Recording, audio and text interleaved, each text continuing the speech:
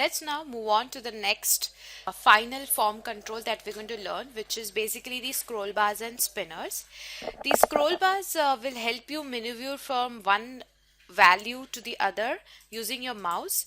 For example, if I'm moving on the scroll bar, you can see the values are changing from 30, 40, 50. This is basically telling us the minimum value is 0 and the maximum value is 100. So as you're moving towards 100, the values change. As you move towards the left, the minimum values are visible. So this is about scroll bars. A very similar thing is the spinners. Spinners, basically you can increase or decrease the values when you click on these arrows on increase or decrease. The linked cell value over here will also change. Okay, so this is a basic scroll bar and spinner. By now you must have understood how we're going to do that.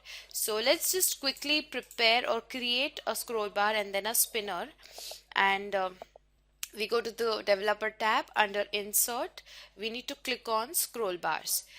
Yes, this is a typical scroll bar, so you just need to click on this, and wherever you want to insert your scroll bar, you can put that across, and you see that the scroll bar is ready. We can maneuver through the scroll bar using our mouse, but what you need is we need to provide some values to it. As of now, it is not making any sense to us, right? So right click on it, go to format controls. Under controls, you need to specify what you want to do. Okay, so the minimum value of the scroll bar, let's keep it 0. Let's change the maximum value to 50. Incremental change, we'll keep it 1. Page change 10. Now we need to select a cell link wherein you can see the linked value. We'll keep the 3D shading. Fine. So this is it, what we need to do. We need to provide the minimum value, maximum value, incremental change, page change, cell link, and click on OK. So this is as of now 50, which is showing us the maximum. If you maneuver, you go towards the left, you will see that the numbers are increasing. If you move towards the right, it is increasing, and towards the left, it is decreasing. So this is a typical scroll bar that we have created. The advantage of using this is that it adds a visual feel to your financial model, wherein you have the minimum as well as the maximum. Let's say these numbers are actually your sales growth. So when you are representing this financial model, you can use this scroll bars in order to increase or decrease your sales growth and let the audience see the effect it has on the financial model. Okay.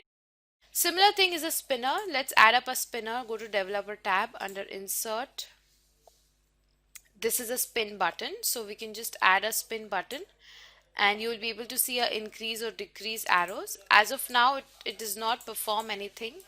Right click on it, go to format controls, and the controls, the current value is 1. Let's keep the minimum 0. We'll keep the maximum again as 50.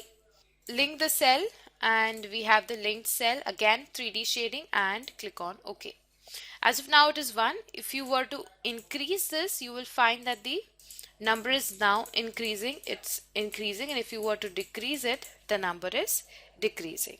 So again, you can imbibe this into your financial model and use it very, very effectively. With this, we have completed the format controls, wherein we have seen group boxes and option buttons, check boxes, list and combo boxes, and finally we have looked at scroll bars and spinners. If you are presenting a report on your financial model, or you're explaining your financial model, and if you add all these commands or form controls to your financial model, it will look more visually appealing and it will be easy for everyone to interpret as well. Fine. So this was about form controls.